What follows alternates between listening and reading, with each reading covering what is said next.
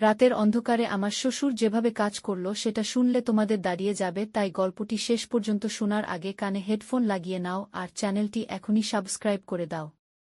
আমি রূপা, এই বাড়ির বউ। স্বামী বিদেশে, আর আমি একা একটা ঘরে হাঁসফাঁস করে কাটাই প্রতিদিন। আমার স্বামী রাজীবকে বিয়ে করেছি প্রায় 1 বছর।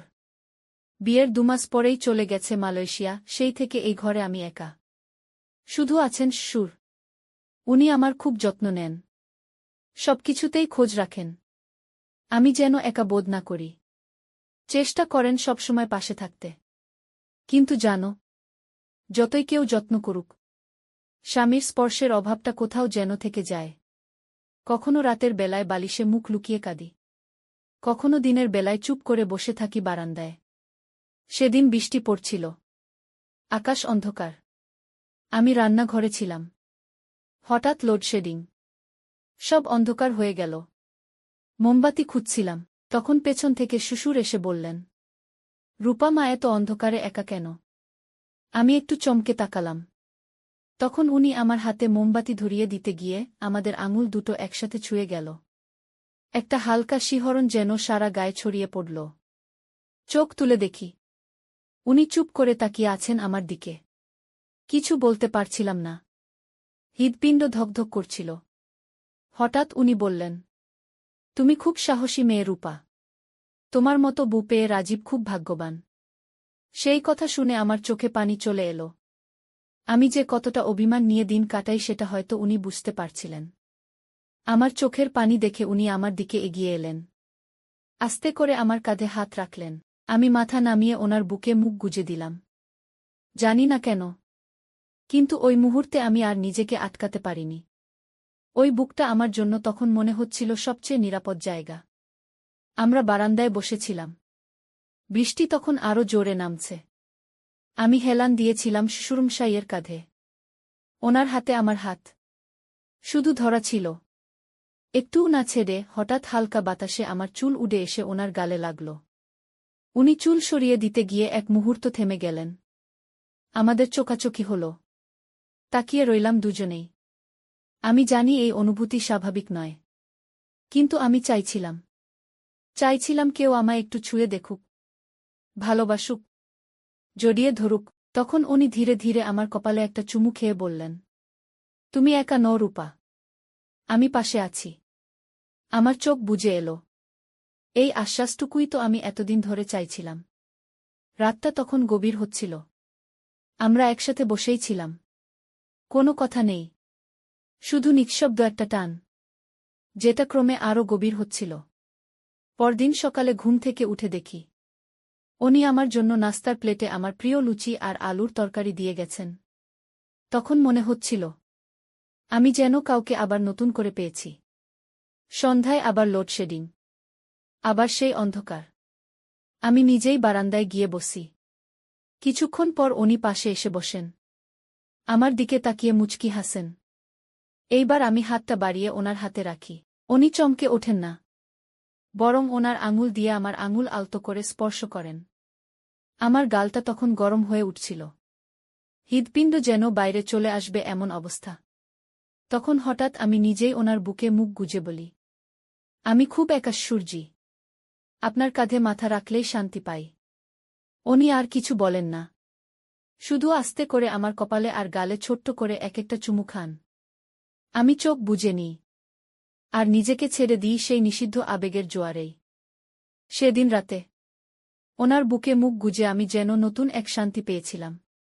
শুধু একটা অনুভূতি, যা ব্যাখ্যা করা যায় না।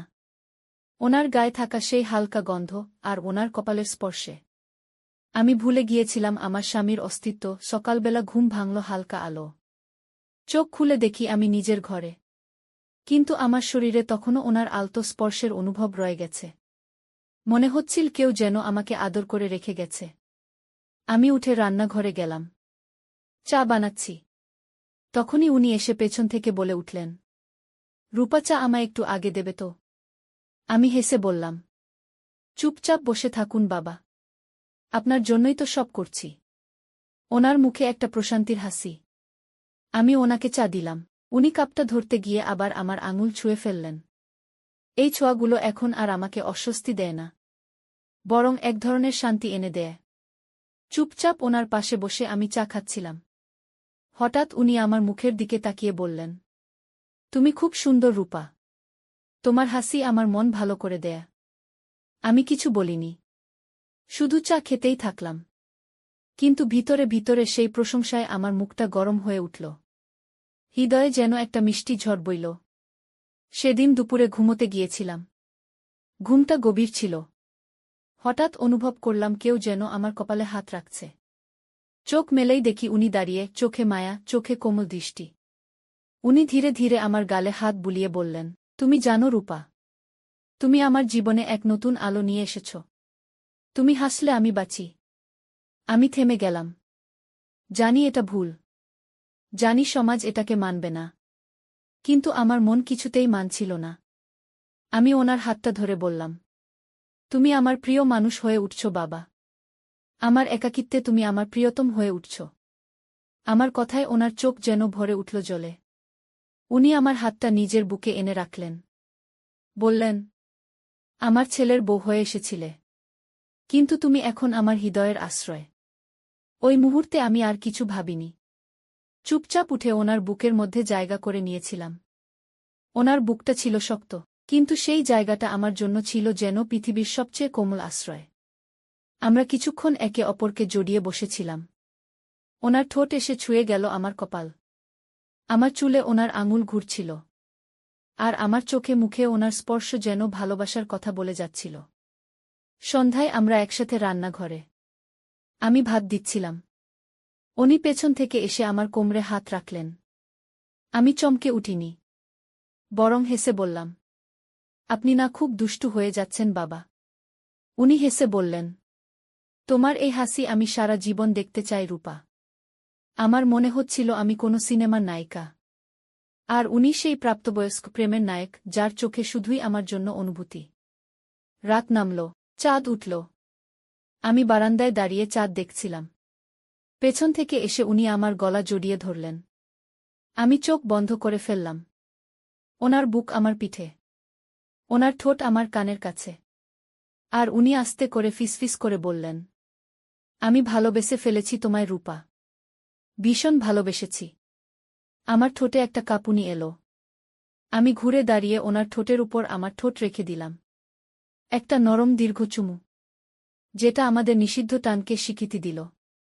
শুধু নিঃশব্দে। ওনার ঠোঁটে আমার ঠোঁট রাখা ছিল। চাঁদের আলো আমাদের দুজনকে ঘিরে রেখেছিল। সেই চুমুটা যেন কোনো কথার প্রয়োজন ফেলে না, সব বলে দেয় নিঃশব্দেই। আমি জানতাম এই ভালোবাসা অন্যরকম। সমাজের চোখে ভুল, কিন্তু হৃদয়ে এটা ছিল আমার সত্যি। আমার উনি শুধু আমার সুর নয়, আমার ভালোবাসার মানুষ। সেই রাতে আমরা বারান্দায় বসে একে অপরকে জড়িয়েছিলাম। আমি ওনার বুকের উপর মাথা রেখেছিলাম। উনি আমার চুলে হাত বুলাচ্ছিলেন। হালকা গায়ে হাত রেখে ফিসফিস করে বললেন, তুমি জানো রূপা, তোমার গায়ের গন্ধটা আমার মন শান্ত করে দেয়। আমি হেসে বললাম, তাহলে আপনি আমার গন্ধেই থাকুন সবসময়। আমার শরীরটা হয়ে উঠুক আপনার আশ্রয়। উনি আর কিছু বলেননি, শুধু আমার গাল ছুঁয়ে চোখে চোখে তাকিয়েছিলেন অনেকক্ষণ। সকালে উঠে আমার মনে হচ্ছিল আমি নতুন কেউ হয়ে গেছি। একটা অন্যরকম শক্তি যেন আমায় ঘিরে রেখেছে। আমি গুনগুন করে গান গাইছিলাম রান্না করতে করতে। উনি এসে বললেন, আজ তুমি অনেক বেশি সুন্দর লাগছ। আমি হেসে বললাম, কারণ আজ আমি ভালোবাসায় জেগেছি।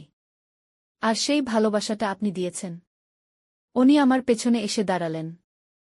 ধীরে ধীরে আমার কাঁধে হাত রাখলেন। তারপর চুল সরিয়ে গলায় একটা নরম চুমু খেলেন। আমি চোখ বন্ধ করে ফেললাম। শরীর কেঁপে উঠল। তবে একটুও বাধা দেইনি, কারণ আমি এটাকেই চেয়েছিলাম। উনি আমার হাত ধরে বললেন, আজ দুপুরে একটু আমার ঘরে এসো, আমি তোমার জন্য কিছু তৈরি করেছি। দুপুরে দরজা বন্ধ করে আমি গেলাম। ওনার ঘরে ঢুকেই দেখি বিছানার উপর একটা নরম রেশমি শাড়ি রাখা, পাশে একটা পারফিউম, আর একটা ছোট্ট চিরকুট। চিরকুটে লেখা, তুমি যদি এটা পরে আসো, তাহলে আমি বুঝব তুমি আমায় শুধু মনে নয়, শরীরেও চাইছ। আমি কিছুক্ষণ চুপ করে দাঁড়িয়েছিলাম। তারপর নিজেকে আর আটকে রাখতে পারলাম না। ওই শাড়িটা গায়ে জড়িয়ে ওনার সামনে এসে দাঁড়ালাম।